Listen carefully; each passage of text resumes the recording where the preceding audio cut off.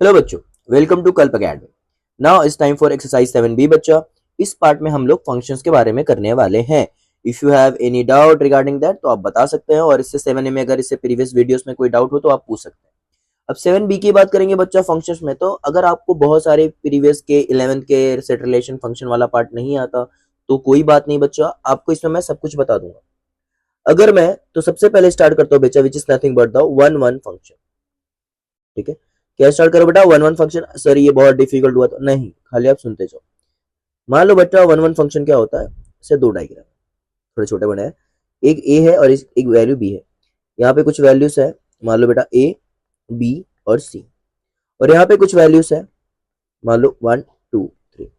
अगर मैं बच्चा यहाँ पे क्या है, सारे एलिमेंट का क्या होना चाहिए, ए के सारे टर्म्स का देखो रिलेशन है सारे टर्म्स के साथ, मतलब कुछ ना कुछ उसके, मतलब कोई भी टर्म छूट रहा है क्या, नहीं, इसको ही बोलते हैं बच्चा सब टर्म्स का सारे टर्म्स के साथ रिलेशन होना चाहिए।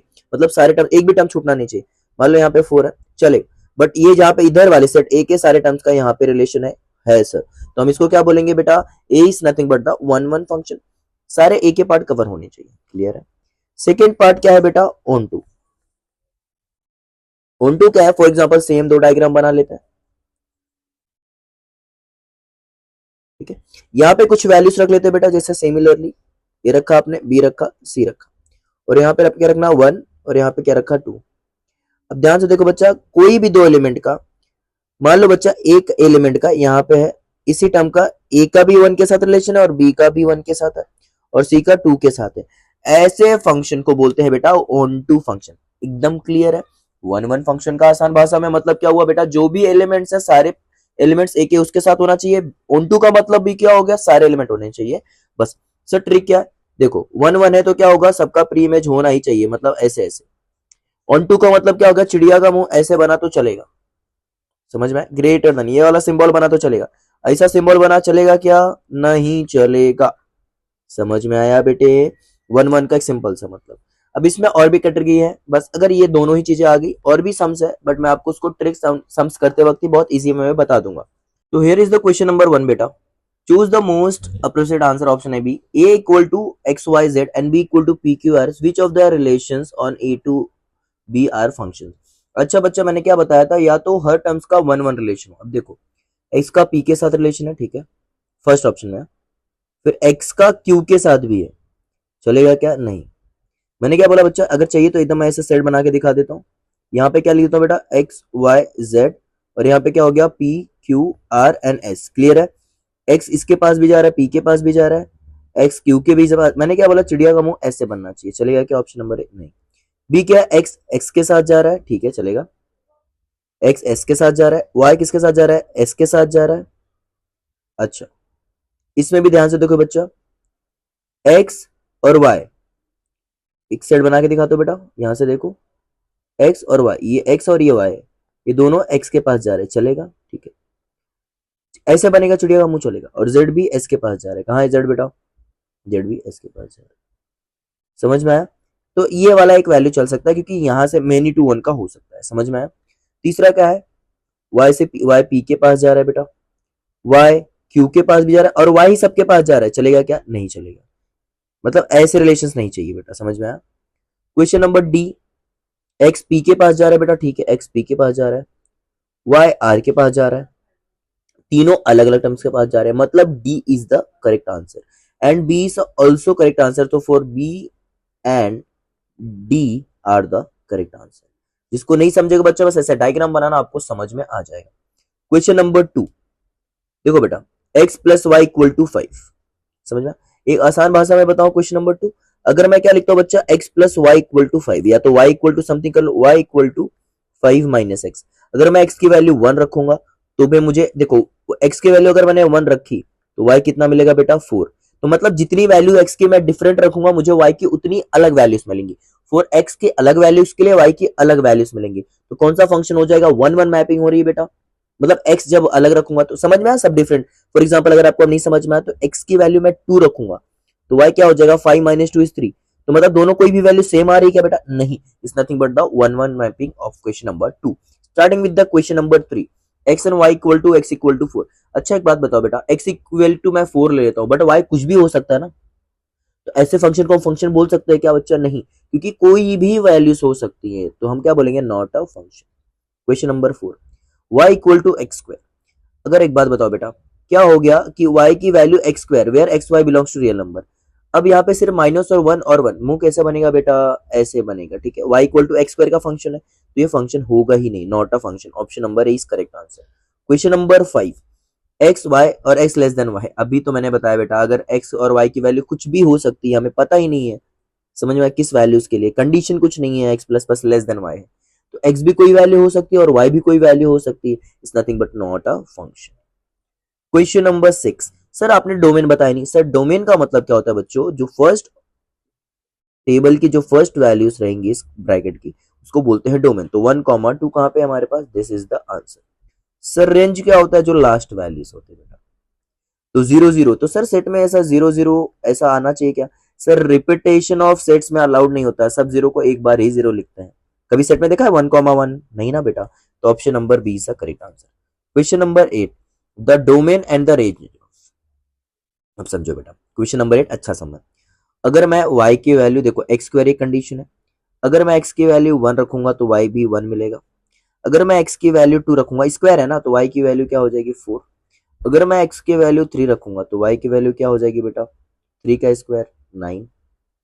समझ में आया? तो मैं अगर x की कोई भी वैल्यूज रखूंगा, हाँ अब ये भी बता देता हूं, अगर मैं x की वैल्यू -1 रखूंगा तो भी y की वैल्यू 1 मिलेगी। मतलब x की कोई भी वैल्यू, मैं नेगेटिव हो या पॉजिटिव हो, कोई भी वैल्यू रखूंगा तो y क्या मिलेगा? हमेशा पॉजिटिव मिलेगा।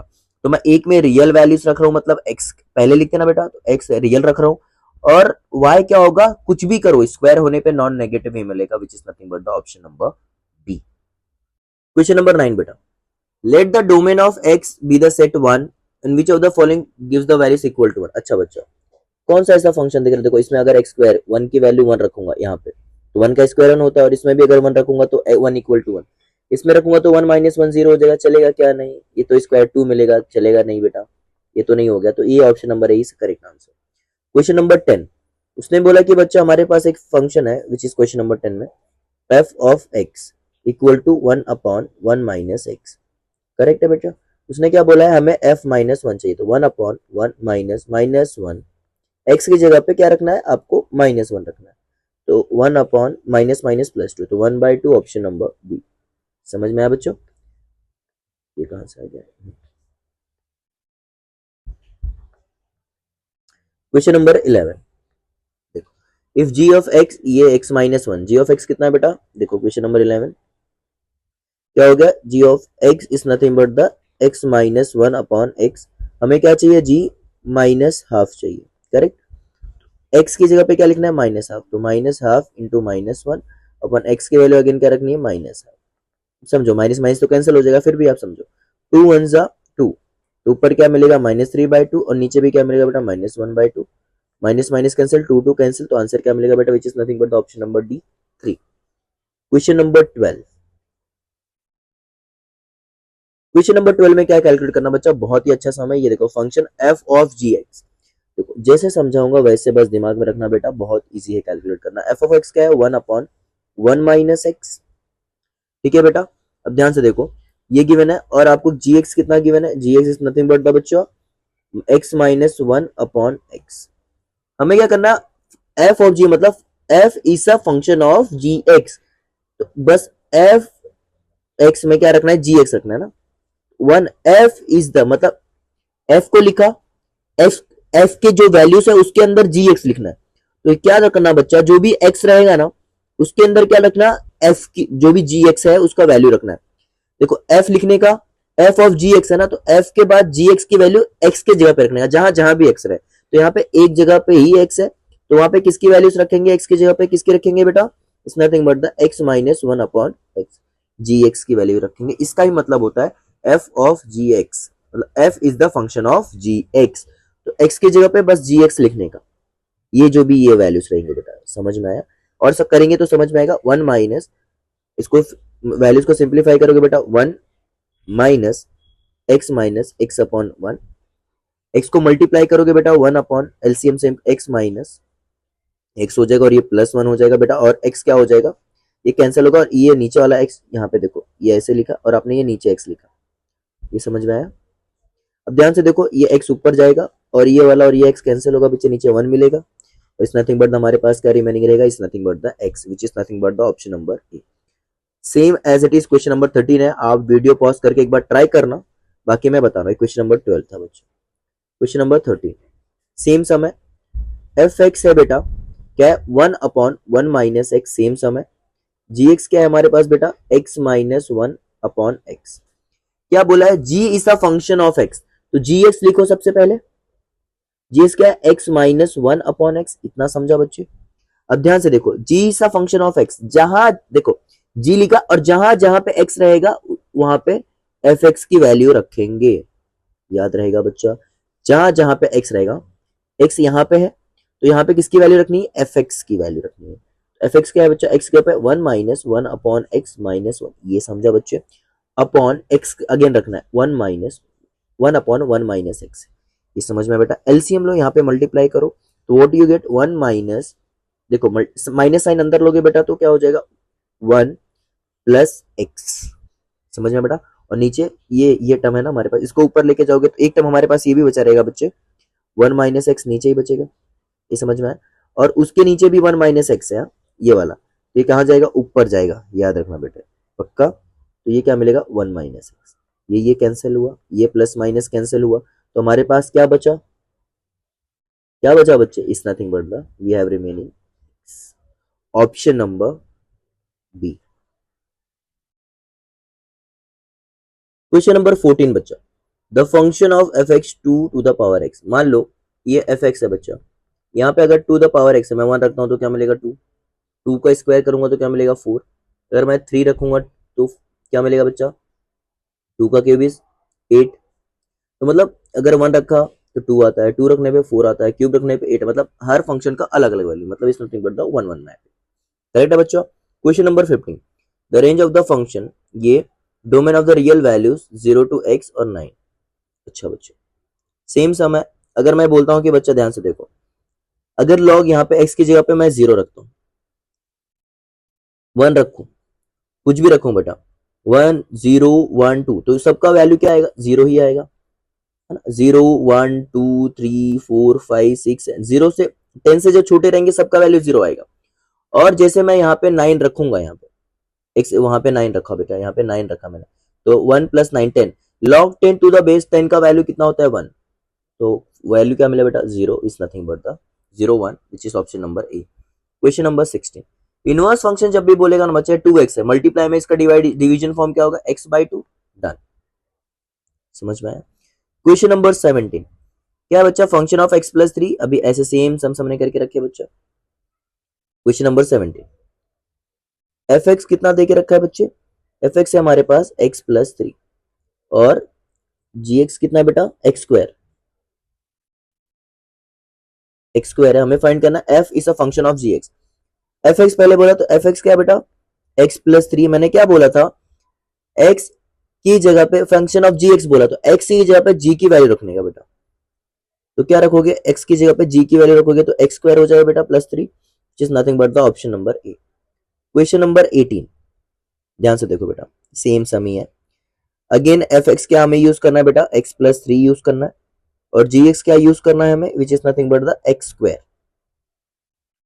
अभी हमें क्या करना है, दोनों को मल्टीप्लाई करना है, ये तो आपको इतना तो कर ही सकते हो, एफ एक्स इंटू जी एक्स, एफ एक्स की वैल्यू कितनी थी बेटा आपके पास, x प्लस 3, और जी एक्स क्या बेटा हमारे पास एक्स स्क्वायर, मल्टीप्लाई करोगे तो X square into X, X cube, और 3 के साथ मल्टीप्लाई करोगे तो 3x square, nothing but the option number C. Question number 19, क्या बच्चा यहाँ पे गिवन है, देखो हमें इसका इनवर्स फाइंड करना है, तो बहुत ही आसान समय, अच्छा समय, इसको देखो ध्यान से। क्वेश्चन नंबर 19, क्या हमारे पास बच्चा H X equal to log 10 E X है, क्लियर है। मैं इस वैल्यू को मान लो कुछ अल्फाबेट ले लेता हूँ, ए ले लेता हूँ बच्चा, एफ एक्स भी रख सकते हो नो डाउट, ताकि कंफ्यूजन ना हो। तो ये क्या हो जाएगा बच्चा, log 10 to the power X, समझ में आएगा। अब देखो इसको कैसे करते हैं, ध्यान में देना, एक्सपोनेंशियल सम्स कैसे करते हैं बच्चा, वैल्यूज को सॉल्व कैसे करते हैं वो याद में रखना बस। अब ध्यान से देखो, एक्सपोनेंशियल फॉर्म में जो देखो बेस में रहता है वो बेस में रहेगा, ये वाला टर्म यहाँ पे आ जाएगा, ये वाला टर्म यहाँ पे आया, एक्सपोनेंशियल फॉर्म में कन्वर्ट कर रहे हैं बस, और ये क्या हो जाएगा, इसके पावर में चले जाएगा। तो क्या मिला answer sir, 10 to the power A is nothing but the, बस मैंने यहाँ पे ए लिया है इसका वैल्यू क्या होगा, उल्टा होगा, यहाँ पे बस ए की जगह पे किससे रिप्लेस करेंगे, S, which is nothing but the option number B. Question number 20